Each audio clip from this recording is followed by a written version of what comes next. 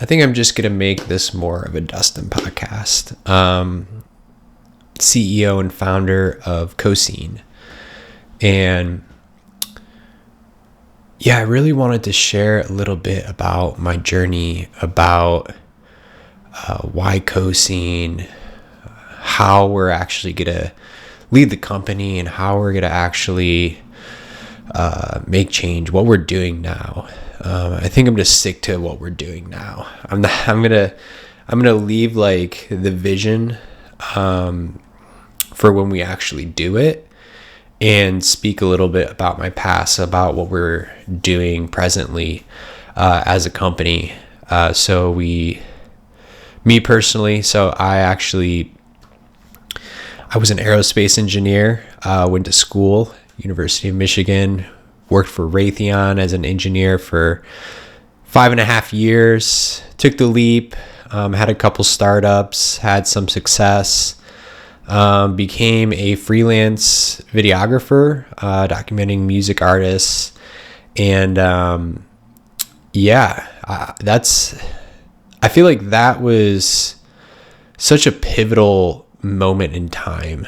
I never really saw myself as a creative, to be honest. And this kind of gave me the opportunity to revisit something that I feel as though I was really seeking out as an engineer, even this idea of being able to create something, to design something, to bring something from nothing into existence. And I feel as though when I had my job working for a government contractor, that was kind of not exercised. And it's something that I really miss, and probably why I even pursued entrepreneurship in the first place. And it kind of made sense. There's a piece of me that wanted to continue and pursue this idea of like managing processes and people and systems. Like I love that aspect, and I get a lot of that as an entrepreneur, as a business person. And but there was still also this piece of me that wanted to exercise that creative.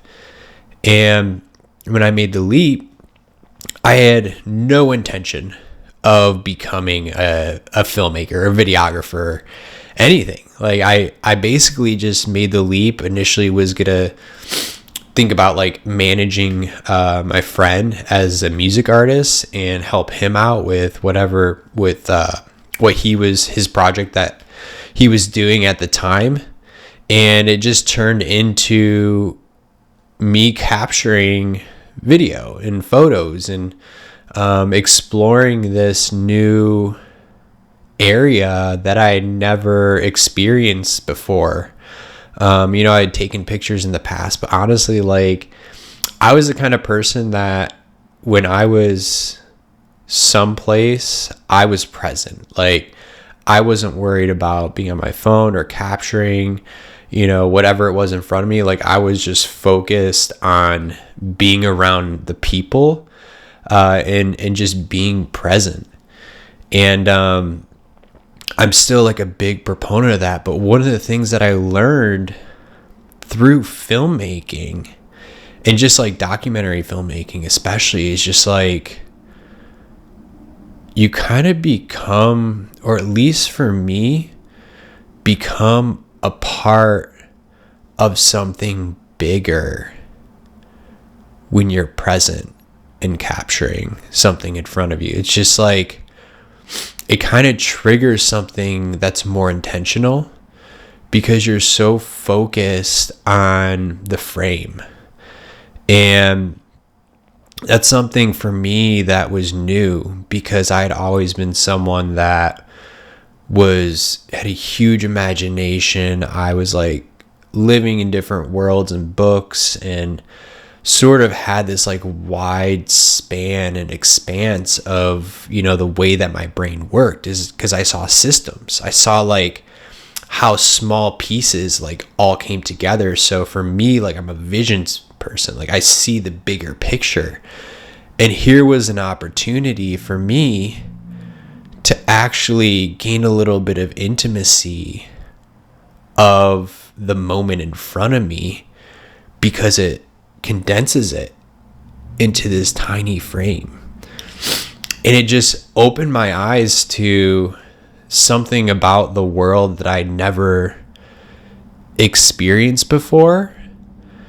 And the more and more that I did it with like, music artists and creatives, I started to like see that passion that they had in creating too. So it was like I was living it while being able to see it as well from a third person's perspective.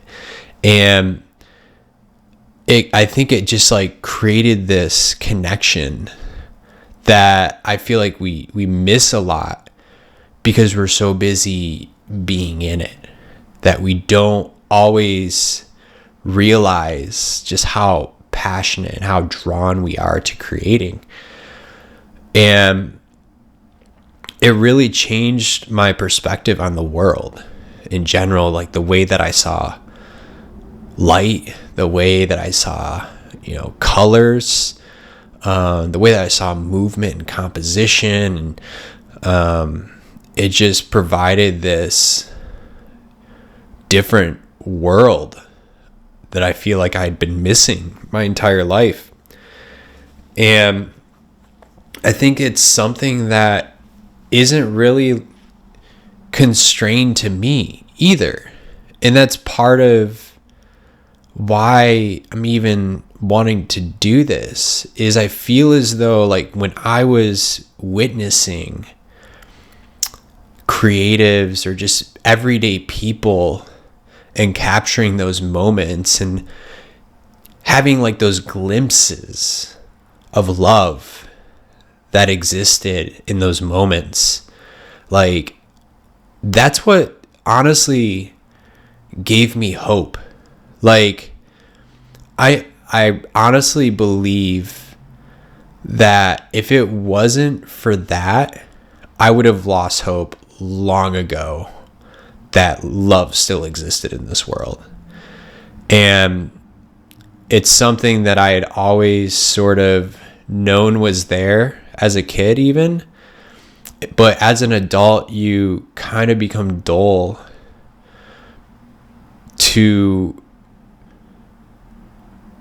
being able to like experience that in every day, because we're so distracted by what's going on in the larger world that we don't recognize the love that we have around us.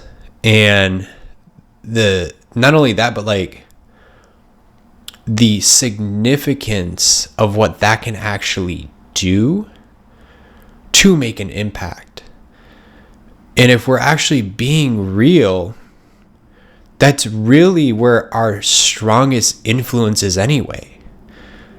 Because it's the people in our everyday lives that we have the strongest influence in being able to impact into being able to actually activate our gifts that God has given us and do good things. And I think we've just grown so distracted in also wanting more and wanting to do more, instead of being grateful for the opportunity to make an impact where we're at. And we've grown, I say we because like I'm part of this. Like this was even part of my entrepreneurship journey of wanting to make the biggest impact possible, like globally as an individual. And the amount of like pressure I put on myself because I had this like level of pride that I knew information, that I was smart, that I was intellectual, that like I had the plan or the knowledge of how to do it. If only someone would listen to me, then everything would be okay. And it's like, I just started to realize how arrogant that was. And it wasn't until like I actually drove myself into the ground with that weight until I just like decided to actually let that go and to cast aside like any sense of pride or self of believing that I can actually change the world. There's really only one man God that can change the world, and that's Jesus. And that to me provided peace, a level of like peace and also relief that I could just let go of that and trust and have faith in Christ and focus on understanding what that relationship means and how it is that I can be a part of that through Christ. And that's when it allowed me to actually slow down and realize that even those moments that I was capturing and documenting, like the love that I saw was like even like more like it gave me even more conviction to know that like God is there. Like God is everywhere. Like God is specifically like relative to like right now that we're talking about, like in that frame. Like he exists in that love that we're capturing. And it's like just a glimpse. I feel like we don't recognize those glimpses as God though. But as soon as I realized, because I looked back on my past too and remembered all those glimpses that happened throughout my life that I was kind of like tuned out to, that I didn't really recognize or realize that it was him. But what brought me closer to him was being able to create that smaller frame, to bring this sort of larger world into a smaller one so that we could actually see